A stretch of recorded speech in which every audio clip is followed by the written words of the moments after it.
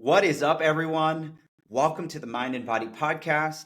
I am going solo today. Amber Boyer is not with me, but we're going to cover the nuts and bolts of strength training. Last time we covered the fundamentals of strength training. If you didn't get a chance to listen to that, I would go back and listen to that podcast.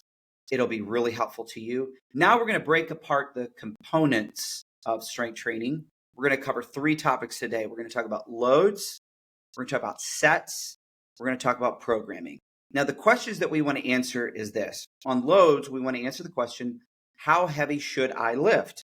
This is actually a huge question. Sometimes people start too light, others start too heavy, and then they mess their programming up. We want to talk about how heavy should I lift? Where do I start?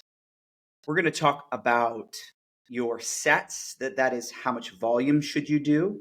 How many working sets should you perform to see the optimal results? And then we're going to talk about programming. How do I leverage programming to see the optimal results? Super excited about this. We're going to jump in here in just a minute, but let me just begin by saying that what I'm going to share with you is really in keeping with the latest data when it comes to strength training. It's important, though, to note that the study of strength training is kind of ongoing. There's studies being conducted. There's a lot that still needs to be studied, I think, when it comes to strength training. But these principles have held true. There's many people who have been working out. They may not be scientists, but they've been in the gym training for strength for years. And these principles have you could say, almost been anecdotally true. They've held for many, many years. So I think this is going to help you maybe function like a guide to help you form your strength training regimen so you can see the best amount of results. So let's jump right in. Let's talk about loads. How heavy should I lift to optimize my strength goals? Well, let me give you this principle. You want to use loads between 80% of your 1 rep max and 93% of your 1 rep max. Now, does that mean if it falls outside of this percentage, I can't get stronger? No, that's not the case. Anything under 80%, absolutely can improve strength. And anything above 93% can also improve strength. But if you're under 80%, it's not very effective per working set. Now, it's great for hypertrophy. If you're under 80%, you're probably going to be in a rep range somewhere between at least 8 to 20 rep range. And that's going to be really good to pack on muscle size. But it's not optimal for strength gain. So when you're doing strength training, you are largely training the nervous system, which trains better when the force production is higher. So the closer you get to actually your 1 rep max, the better you're going to gain in your overall strength. You're training that central nervous system. You're getting neurologically stronger. So if that's the case, then why not just do a bunch of singles and doubles and maybe train closer to, 95 to 100%. Well, that begins to lack efficiency as well per working set because the volume is too low. You can only do but so many singles and doubles before your body is just really, really feeling it. So it's not optimal for building what they call basic strength or raw strength. Also, there's a high risk of injury. It could cause a lot of joint and connective tissue fatigue. It's gold for a couple of weeks if you're training for a competition. Obviously, if you're getting ready to do a powerlifting competition, then you need to be training in doing a lot of singles, a lot of doubles to get you in that range for preparation. But I think off-season strength training needs to fall probably a little bit more into that 3 to 5 rep range. Some would say 3 all the way up to 7 rep range. I think once you start getting to 7 rep range and beyond, you're starting to be more into hypertrophy. That's my opinion. There's some that would agree with that in the strength training literature. But so basic bottom line though, you want to try, if you want to optimize strength, it's between 80 and 93%. If you're you have good genetics and you're an experienced athlete with lifting, you might lift closer to 93%. Like if you did 80%, you might still rep out 10 to 12 reps because it might have to do with the way your muscles are made up. May have more fast twitch muscles. You can crank out some of these heavier loads with higher reps. So you might be a higher percentage. If you're a beginner, you actually might be starting at 80%. That might be the perfect percentage for you. And then you can perfect your technique and you can begin to make some really good gains. But this basically is going to land you in the rep range of 3 to 5. You want to use this load, and it's probably one of the best ways. And then what you want to do is you just want to increase your load every single week. So for strength training, you want to stay in that rep range. Now, let me just divert to a little bit of a different modality. If you're doing progressive overload for hypertrophy, there's several ways to do that. You can, let's say I was doing bench press and I did the first week 3 sets of 10.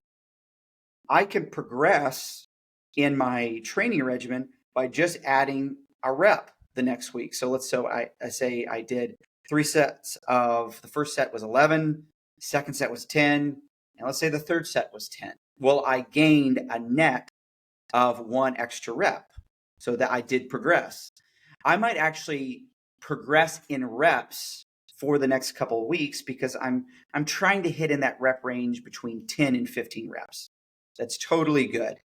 And matter of fact, I think that's one of the best ways to think of it when you're doing hypertrophy. I want to try to keep increasing my reps. But if you're saying, but I want to stay a little bit closer to 10 reps than 15. So let's just say every set you hit above 10, you might say, okay, now it's time for me to increase the weight. And then some weeks it might be not increasing rep range or weight. You're just trying to perfect the technique a little bit better. That's a way of progression. When it comes to strength training, though, you don't want to keep pressing the rep range higher and higher because you're exiting the optimal range for strength and you're getting more into hypertrophy. So it's better to stay between that 3 to 5 rep range. Personally, I prefer the 3 to 4 rep range. And you try to add weight to the bar every single time. There has been times in my strength training regimen where I don't actually add weight. I just try to perfect the technique a little bit better, especially as it's getting increasingly harder. But you want to try to progress every single week all the way through the mesocycle. That's the goal. And you're going to start to see the percentages go up. You might start at 80%, and by the end, you're hitting at that 93, maybe even upwards of 95% of your 1 rep max. Totally cool, but that's how you want to progress. And this is where you're going to build the most strength. So it's between that 80 and 93%. Now, if you're doing assistant work, you might actually want to hit between the 5 and 8 rep range. What do I mean by assistant work? This would be complementary type of work. Like anything that's like a single joint movement is not really a fundamental for strength training. So like for instance, like if I'm doing bench press, it's a multiple joint movement. It's involving my shoulders, elbows. So there's 2 joints. If you're doing squats, deadlifts, overhead press, you get what I'm saying. Those are multiple joint movements. But if I'm trying to maybe strengthen my overall bench press and I decide I'm going to do some really heavy strength or heavy skull crushers designed to really increase the power of my triceps, which is going to in turn increase my overall bench press, then it's really not good to try to do single joint movements in the 3 to 5 rep range. There are some that disagree with that, but I find that the stimulus to fatigue ratio is way out of balance. There's so much fatigue, so much joint problems that could occur. It's really easy to get injured.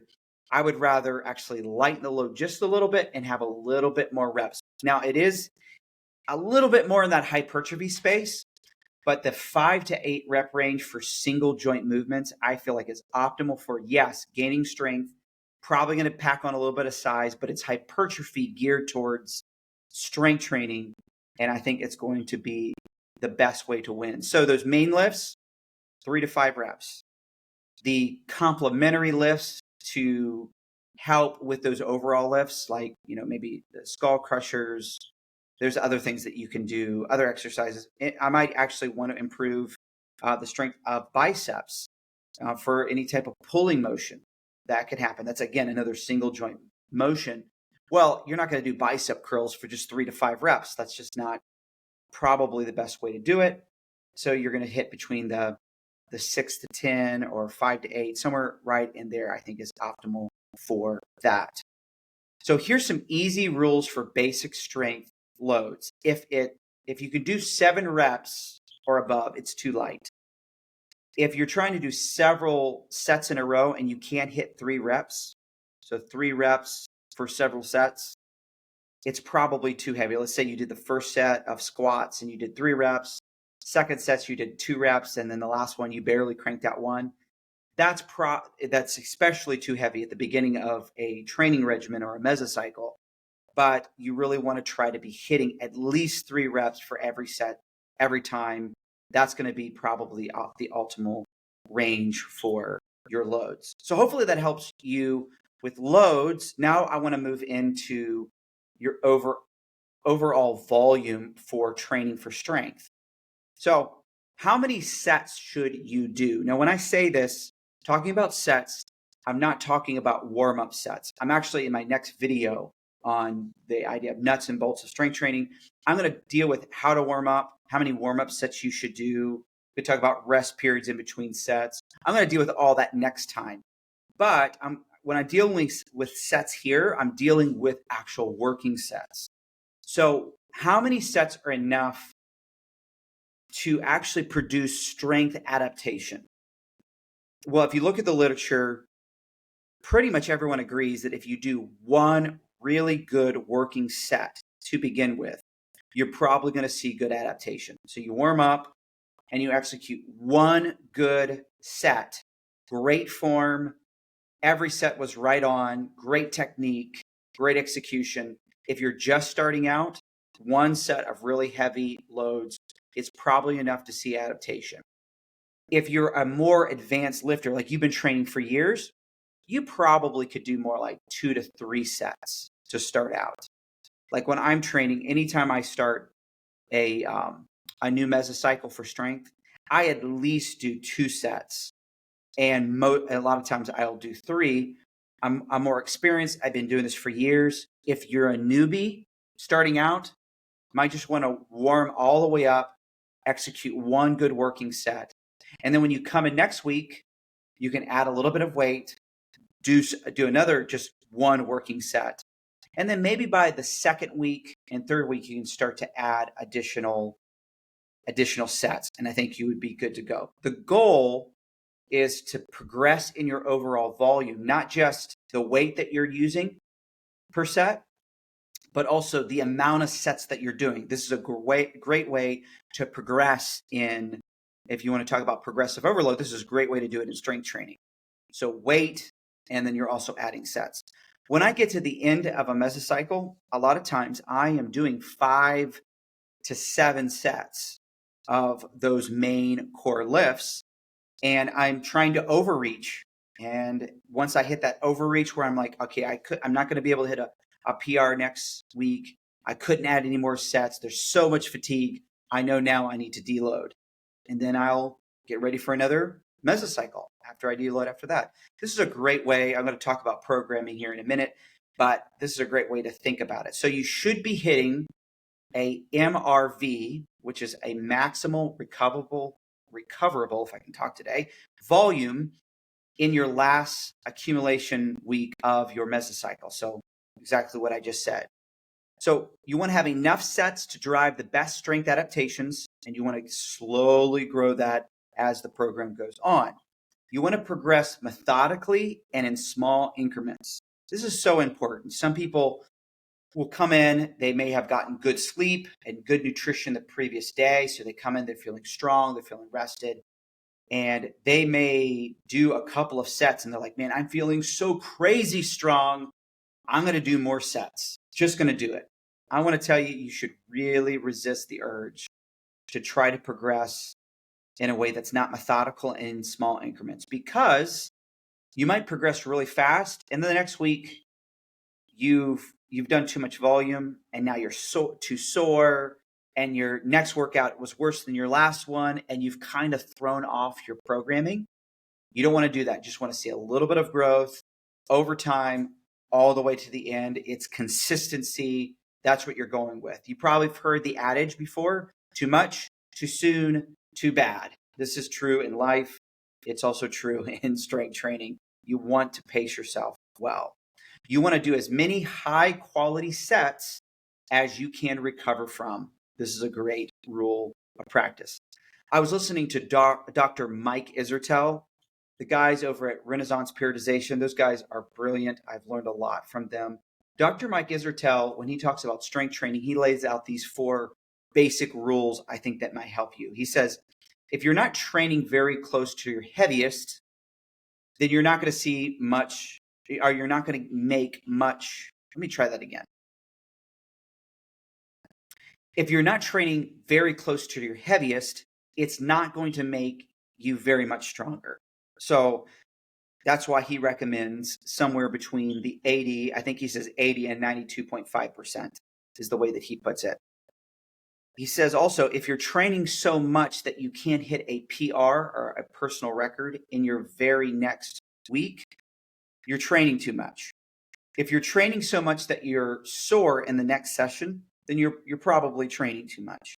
If you deload when you could have set another PR in the next week, you should be training with more sets per session. Do you see what he's doing? He's kind of setting some parameters of how you think about training. And the thing is that it's a game we play. None of us get it perfect. Sometimes we overreach for a session and it messes up our next session, and then we regulate. And sometimes we can regulate in the middle of a mesocycle. We can make some adaptions to where it's not throwing off the whole programming. Other times we dug too big of a hole. We have too much fatigue. We have too much soreness that we actually just have to midway through have to do a deload and then jump back into a strength training regimen. And so it's a little bit of a game, but the more you do it, the more you're going to learn yourself. But my recommendation is starting slow, starting with one working set, executing that really, really well, adding a little bit more weight the next training regimen. And then the next week you're adding another set. So it's 2 sets, adding a little bit more weight. Maybe in the 3rd or 4th week, you're doing 3 sets. 5th week might be doing 4 sets. Maybe in your 6 to 8 weeks, if it's an 8-week mesocycle, you might be pushing 5 to 7. But it's slowly progressing. It's methodical. It's small increments. This is how you're going to win. So we talked about loads. We talked about sets. And now let's talk a little bit about programming. How hard should you train? It's a very good question. One of the ways they talk about the hardness of training in the literature of strength training, they'll talk about RPE. Now for hypertrophy, I like to use RIR, which is reps in reserve. And we'll talk about that in another episode, I think. But for strength training, I like to use RPE, which stands for rate of perceived exertion. And it's a 10-point scale.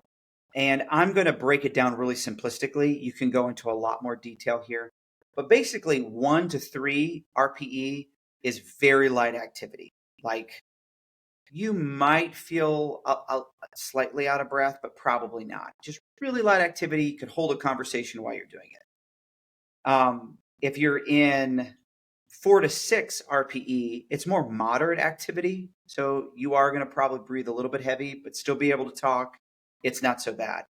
When you get to 7 and 8 RPE, now you're getting to some vigorous activity. This is actually pretty hard work. It takes focus, but you probably could do, like if you're doing strength training and you're doing squats, and let's say you did 3 reps of squats at 7 RPE, you probably had 2 to 3 reps left in you. So it's hard, but you could have done a couple more reps.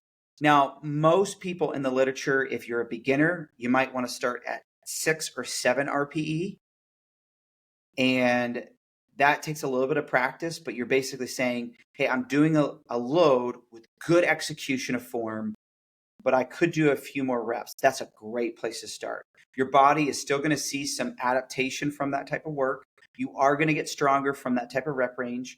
but it's not going to create so much fatigue that you can't recover from. So you start at a 7 RPE. And then as the weeks go on, like let's say the second week, you want to try to increase weight, but still stay at right around that RPE. And hopefully, because you did some work, you come back the next week, you're a little bit stronger, which is great. But then when you get into week 3, you're probably going to bump up that by 1 point. You might, by week 3, you might be at 8 RPE, and you run that for a couple of weeks. And then you bump it up to 9 RPE, which I don't think I described what 9 is. 9 is very hard activity. This is very difficult. You have to come in with absolute focus. You can barely breathe. You can hardly speak after the end of this type of exercise. It's really hard work. And then 10 RPE is max effort activity. This is where you really just couldn't do another rep. Like this is an all-out effort. Everything on the table. I couldn't do any more reps, exert any more energy. This is max effort. And so when you're doing a strength training regimen, what you're doing is you want to journal things really well.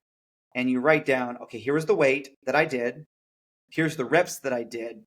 And then I like to write down my RPE. So this is starting out, that was a 7. That was a 6. I think I might be able to bump this up in weight just a little bit. Okay, and the last couple of sets were at a 7. That's how you want to think about it. And that can really help you think about training in a way that you're progressing the right way. Okay. Some people ask in programming, how frequently should I train? This is a hard question to answer because different muscle groups, they're made up of slow twitch, fast twitch muscles. Some of them, and if you're a really big person with lots of muscle mass, you're lifting much heavier loads, it's going to take more to recover from. And this is true for me, like when I'm doing deadlifts. Deadlift is probably my heaviest lift. And I can do deadlifts maybe twice a week. But usually it's I do a max effort lift, and then I do a dynamic effort lift where I'm doing lighter weights, but more of a speed type of training.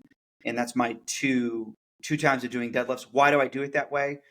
Because if I do, because of the load and how much musculature is recruited during that lift, I just get really super sore. But for bench press, I could probably do bench press 3 to 4 times a week and still go up in weight and strength gains, particularly at the beginning. As I press towards the end, I might do 2 to 3 training sessions per week, but yet my frequency is up. And so basically you want to learn your body and adapt your frequency to how it recovers. But I could say you should do this 3 times a week, or you should do this 4 times a week. But the truth is, you should train as much as you can recover from. And if you can train more, great. And if you train more, you're probably going to see more strength gains. But if you train too much and you can't recover, it's going to diminish how much strength you can have. So again, there's that game that you can play. But a lot of people start with 2 to 3 training sessions a week. Now, personally, I like to do more because I don't do, like some people will do like deadlift, bench press, and squat all in the same workout. I don't think that's a good idea. Much of the literature today on strength training says that's not the best way to go about it. It's better to actually have one major strength training exercise that you do. You might have a secondary one.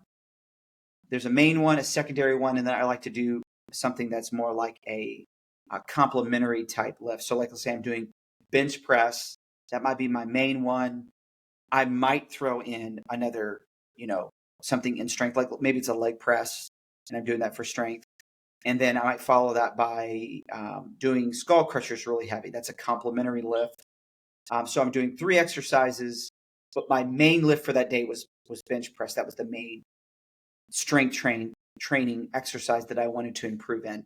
But I don't do squats, deadlift, bench all in the same day. The time I get to whatever the last exercise is, I am tanked. Even if I do it, I'm going through the motions. It's not going to be optimal as if I started with it fresh. So it's better to kind of spread these main lifts out and do more training sessions throughout the week. I think that's better, at least for me. You can figure out what works best for you. This is just, there's really no right answer to this. You need to figure out what's best for you on that. So you want a training regimen. You want to pick the best exercises for the goals that you're setting. That's the principle of specificity. We dealt with that in the fundamentals of strength training. You want to exercise between the 80 and 93%, maybe 95% of your 1 rep max.